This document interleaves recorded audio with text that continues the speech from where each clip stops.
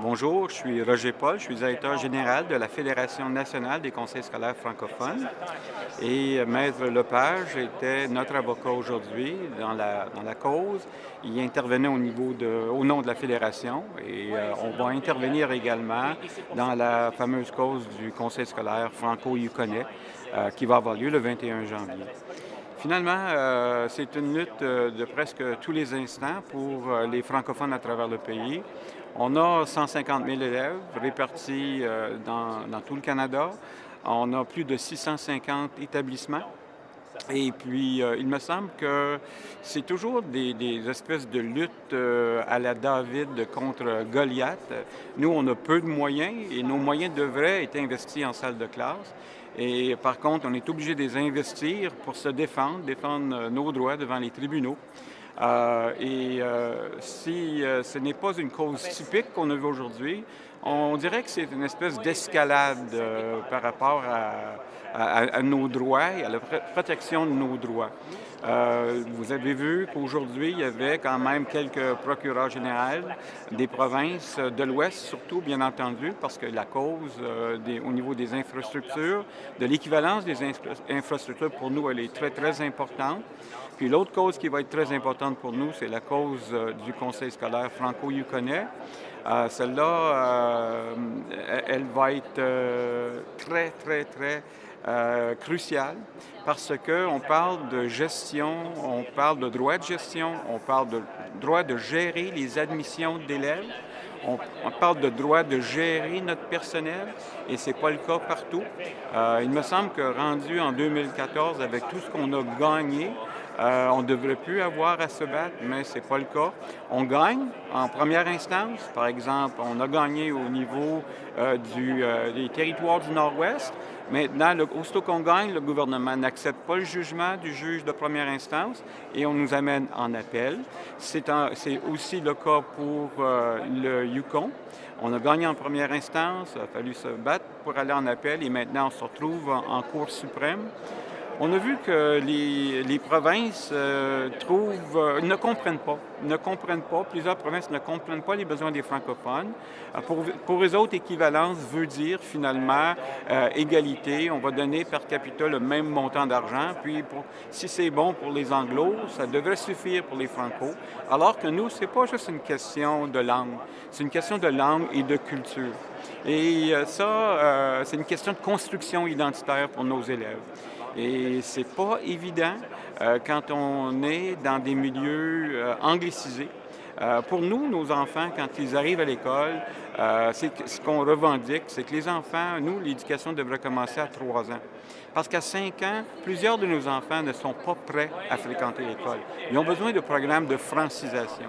Ce n'est pas le cas pour les anglophones. Eux, ils n'ont pas besoin de programmes d'anglicisation. Nous, francisation, c'est absolument crucial, avant même que l'élève entre à l'école. Donc, c'est des besoins criants à ce niveau-là et on tente d'avoir gain de cause et jusqu'à date, c'est pas de tout repos. Votre bureau est situé où, vous? Nous, notre bureau est ici à Ottawa. Ah, il est à Oui, est à Ottawa. Ottawa. Et puis, au niveau de notre représentation, on a un conseil d'administration composé de 14 élus. La plupart, ce sont des présidents de conseils scolaires d'un peu partout au Canada. Et on a aussi un regroupement national de direction générale en éducation qui se réunissent régulièrement. Donc, ça veut dire ça qu'on tente d'adresser les besoins autant pédagogiques que politiques de nos écoles et de nos élèves.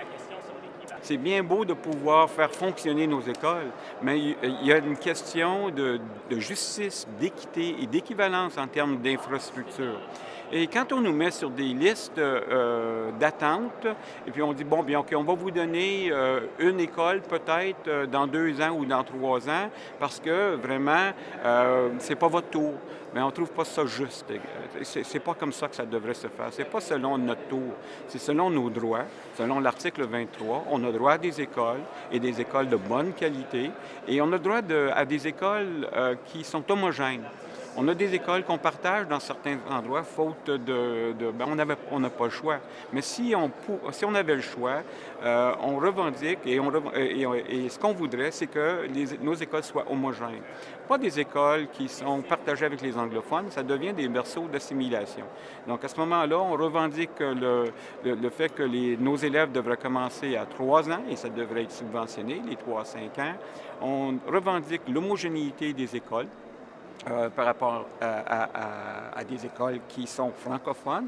On revendique également la pleine gestion.